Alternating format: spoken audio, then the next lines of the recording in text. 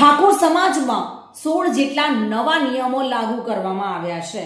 ખાસ કરીને ભાગીને લગ્ન કરનારને સ્વીકારવામાં આવશે નહીં। બનાસકાંઠાના ઓગળ ખાતે આગામી 4 જાન્યુઆરીના રોજ ઠાકોર સમાજનું મહાસંમેલન મળશે। આ પહેલા જ પાટણમાં ઠાકોર સમાજનું બંધારણ મહાસંમેલન અંતર્ગત નવા બંધારણનું વાંચન કરાયું હતું અને શપથ લેવામાં આવ્યા હતા। ઠાકોર સમાજમાં પ્રવર્તતા જૂના કુરિવાજોને દૂર કરવા અને શિસ્તબદ્ધ સમાજની રચના કરવા માટે અનેક મહત્વના નિર્ણયો લેવાયા છે। ભાગીને લગ્ન કરનારને સમાજ સ્વીકારશે નહીં, તેમજ લગ્ન પ્રસંગમાં ડીજે તથા સનરૂફ ગાડી પર પ્રતિબંધ સહિતના 16 જેટલા નવા નિયમો જાહેર કરાયા છે। સામાજિક એકતા માટે એક સમાજ એક રિવાજનું સૂત્ર અપનાવાયું હતું।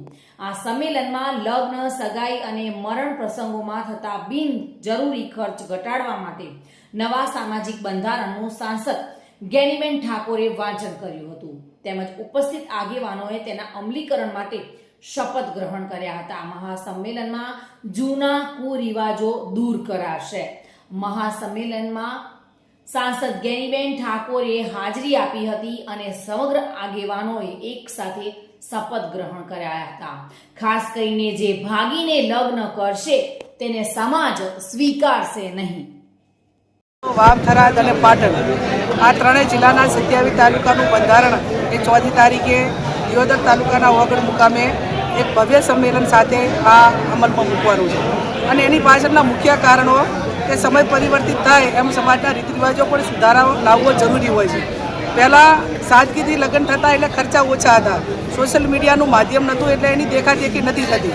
આજે દેખાદેખી થઈ રહી છે ત્યારે ગરીબ વર્ગ હોય, મજૂર વર્ગ હોય અને સુખી સમાજ હોય, આ ત્રણેયની ધરી એક થાય અને એમાં સમરસતા આવે અને એટલા માટે કરીને આ સમાજના બંધારણ માટે બધા ભેગા થવાના છે। એની મિટિંગ આજે આ પાટણ જિલ્લાની રાખી છે। સમાજ ઓછા ખર્ચા કરી લગ્ન પ્રસંગ હોય તમામ પ્રસંગોમાં અને શિક્ષણ તરફ વધે, શિક્ષણ આવશે તો તમામ પ્રકારની બદીઓ ઓછી થશે, ચાહે કુરિવાજો હોય, વ્યસનો હોય, તમામ પ્રકારની જે બદીઓ ગણાય એ બદીઓને નાથવા માટે એક જ રામબાણ ઇલાજ હોય તો શિક્ષણ।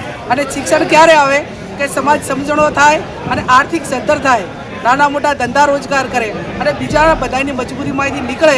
એટલા માટે કરીને આ સમાજના સર્વપક્ષીય, આમાં કોઈ પક્ષાપક્ષી કોઈની નથી, તમામ સમાજના જે આગેવાનો છે એ ઠાકોર સમાજના તમામ પક્ષના આગેવાનો એક મંચ ઉપર આવી અને આ સમાજને માર્ગદર્શન આપવાનું। કેવો સહકાર મળી રહ્યો છે? સારું થશે। બધા મોટા મોટા આંકડા આપતા હતા પણ એના કરતાં હું માનું છું ત્યાં સુધી સીમિત આગેવાનો દરેક ગામમાંથી 50, 100, 150, 200 આગેવાનો બોલાયા છે અને હું માનું ત્યાં સુધી 40-50 હજાર એ આગેવાનો ત્યાં ભેગા થશે અને સાધુ સંતો, સમાજના બધા બુદ્ધિજીવી વર્ગ અને એને લગતા જે વિવિધ સંગઠનો છે આ તમામ હાજર રહીને એને બાજી આપશે। બંધારણના મુખ્ય શું મુદ્દા રહેશે? મેં કીધું એમ કે તમામ પ્રસંગોની અંદર કોઈ પણ વસ્તુની લિમિટ હોય કે લિમિટ તે સમાન કે જાનમાં જાનના માણસો કેટલા લઈ જવા તો એ બધા માટે લાગુ પડે, એમ આ તમામ વસ્તુ એમાં સમરસતા આવે અને એક સરખું બંધારણ બધા અમલ કરે। એના માટે કરીને એ દિવસે અગાઉ કીધું એમ કે સગાઈનો ખર્ચો હોય, લગ્નનો હોય, જન્મદિવસની ઉજવણી હોય, આ તમામ સાદગી પૂર્ણ થાય અને આ બચત છે શિક્ષણમાં લગાવે, આ મુખ્ય ઉદ્દેશ। બંધારણનું જે ઉલ્લંઘન કરશે એની સામે કોઈ કાયદા? ત્યાં એવું નક્કી કરવામાં આવ્યું છે કે આ બંધારણનું કોઈ પણ એનો ભંગ કરે, એનું ઉલ્લંઘન કરે તો એ પ્રસંગ કરે એમાં કુટુંબીજનોએ કોઈએ ત્યાં હાજર રહેવાનું નહીં અને એ એકલો કરે તો ભલે કરે પણ બાકી બીજા એના પરિવાર હોય કે હગાવાલાએ એ પ્રસંગમાં સામેલ થવું નહીં। દિયોદર ખાતે 4/1/2026ના રોજ મોટા ઠાકોર સમાજ બંધારણ ઉજવી રહ્યો છે। પૂજ્ય સદારામ બાપા, દોલતરામ બાપાના અધ્યક્ષસ્થાને આ બંધારણ યોજવાનું નક્કી કર્યું છે। ત્રણેય જિલ્લાઓ ભેગા થઈને વિશાળ સંખ્યાની અંદર ઠાકોર ત્યાં 50,000, 60,000થી વધારે લોકોમાં ભેગોતર થઈ અને આજે એના ભાગરૂપે પાટણ જિલ્લાની મિટિંગ કરવામાં આવી હતી। પાટણ જિલ્લાના તમામ સર્વપક્ષી ઠાકોરને નિમંત્રણ પણ આપ્યું હતું।